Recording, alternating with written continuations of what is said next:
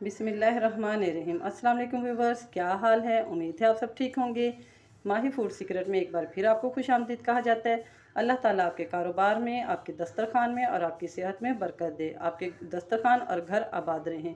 करेले बहुत से अक़साम के आपने खाए होंगे, प्याज़ों वाले करेले, कीमा भरे करेले, दाल भरे करेले। माही फूड सीक्रेट में आज हम आपके लिए लेके आए हैं करेलों की यूनिक और डिफरेंट रेसिपी, और इसमें हम आपको 2 ट्रिक्स भी बताएंगे और टिप्स भी बताएंगे। तो चलिए हम अपनी रेसिपी की तरफ चलते हैं।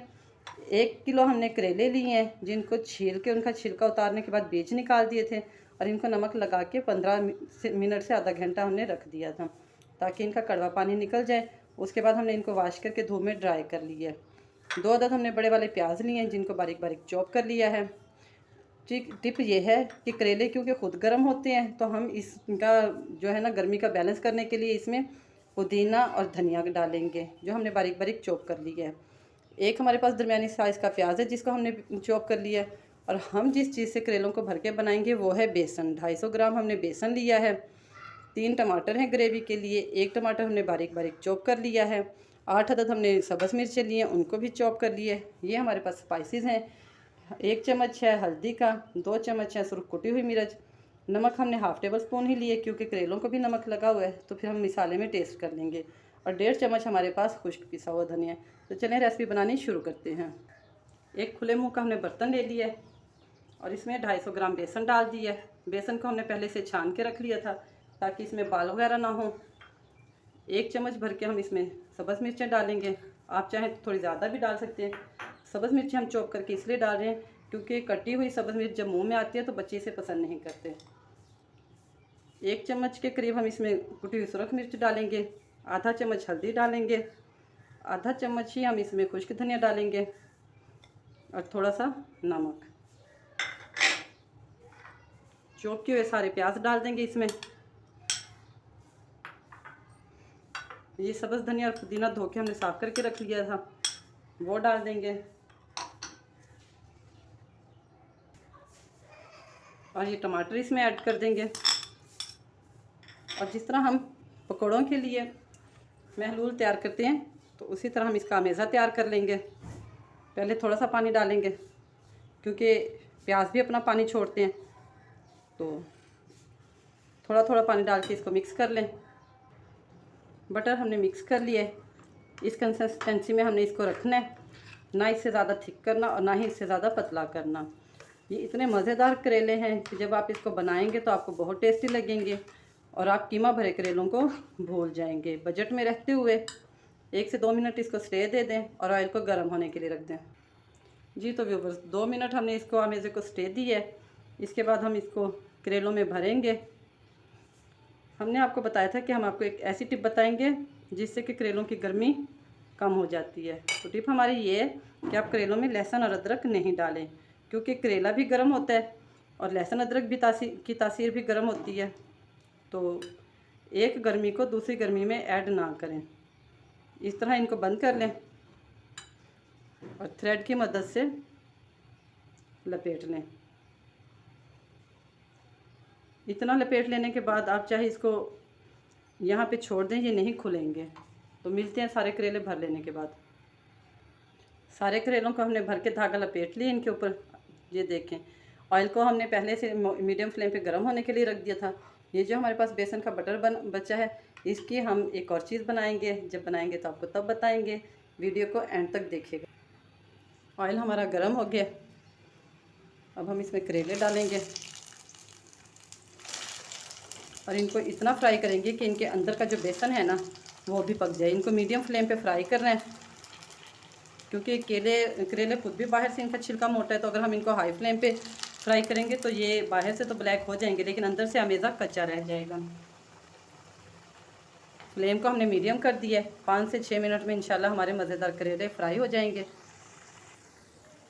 2 से 3 मिनट गुजर गए हैं, करेलों ने हमारे फ्राई होना शुरू हो गया है। इतना ही हमने इनका फ्लेम रखना, इससे ज़्यादा फ्लेम पे इनको फ्राई नहीं करना, ताकि अंदर से भी हमारा बेसन जो है ना वो अच्छे से पक जाए। और धागा भी देखें, ना तो हमारा खुला है और ना ही करेलों उनके अंदर से अमेज़ा निकला है। इसी तरह मीडियम फ्लेम पे इसको 7 से 8 मिनट फ्राई कर लें, ताकि अंदर से भी बेसन अच्छे से कुक हो जाए और बाहर से भी करेले पक जाएँ और इनका कड़वापन भी ख़त्म हो जाए। करेले हमारे अच्छे से फ्राई हो गए हैं। इससे ज़्यादा हमने इनको फ्राई नहीं करना, वरना ये बहुत ज़्यादा हार्ड हो जाएंगे। और अब हम इनको निकाल लेते हैं।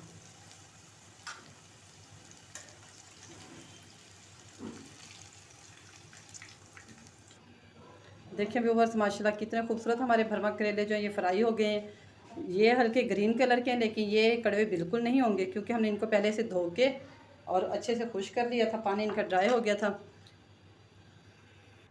फ्लेम हमने बिल्कुल मीडियम कर दिया, क्योंकि ऑयल हमारे पास पहले से काफ़ी गर्म था। हमारे पास ये जो बटर बचा था बेसन वाला, इसकी हम छोटी छोटी पकौड़ियाँ बना लेंगे।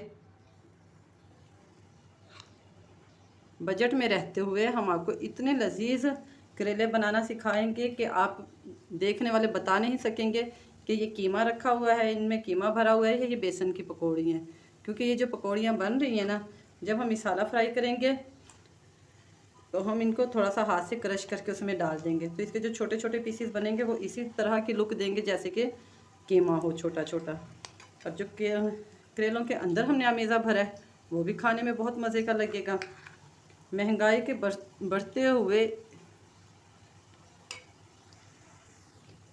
बढ़ते हुए जिनको कंट्रोल करने के लिए ये आपके बजट में आने वाली इंतहाई मज़े की रेसिपी है।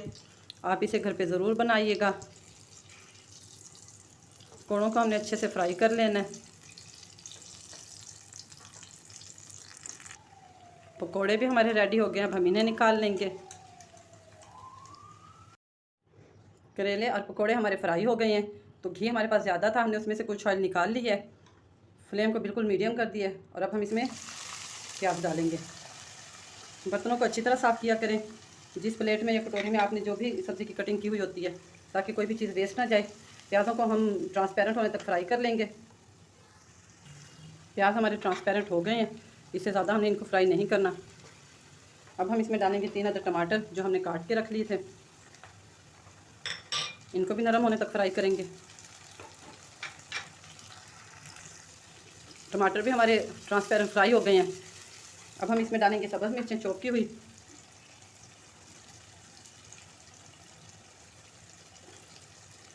और वो तमाम स्पाइसेस जो हमने पहले बचा लिए थे वो हम डालेंगे। यहाँ पे आप अपने टेस्ट के अकॉर्डिंग स्पाइसेस ज़्यादा भी कर सकते हैं और कम भी कर सकते हैं। हमारे बताई की रेसिपी में तो ये स्पाइसेस बिल्कुल परफेक्ट हैं, लेकिन कुछ लोग ज़्यादा खाना पसंद करते हैं, कुछ लोग कम खाना पसंद करते हैं। 2 से 3 मिनट तक हम अपने मसाले को भून लेंगे, ताकि तमाम चीज़ें जो है ना अच्छे से यकजा हो जाएं।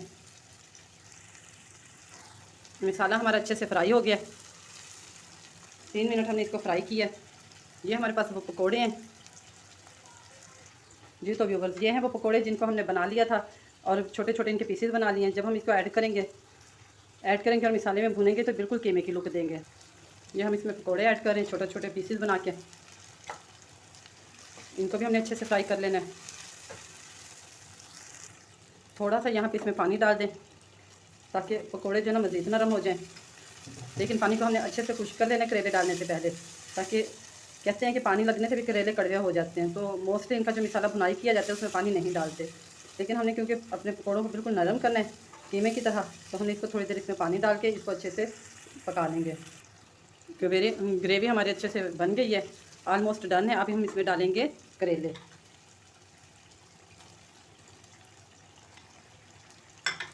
करेलों को डाल के चम्मच से अच्छी तरह इसमें मिक्स कर दें, ताकि ये करेलों में भी अमेज़े जो है ना अच्छे से लग जाए।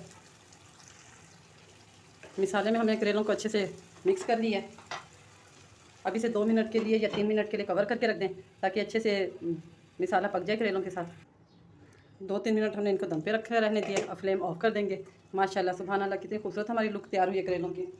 यहाँ पे अगर आप हमारे चैनल में नए आए हैं तो हमारी वीडियो को लाइक कीजिएगा, हमारे चैनल को सब्सक्राइब कीजिएगा और बेल के बटन को दबा दीजिएगा, ताकि हर आने वाली नई वीडियो का नोटिफिकेशन आपको मिलता रहे। अब हम इसे डिश आउट करते हैं जी। तो व्यूवर्स, फाइनली हमारे भरवा करेले तैयार हैं। यकीनन आपको हमारी रेसिपी पसंद आएगी। आप भी घर पे ज़रूर आजमाइए, ट्राई कीजिएगा और हमें अपनी दुआ में याद रखिएगा। अल्लाह हाफिज़।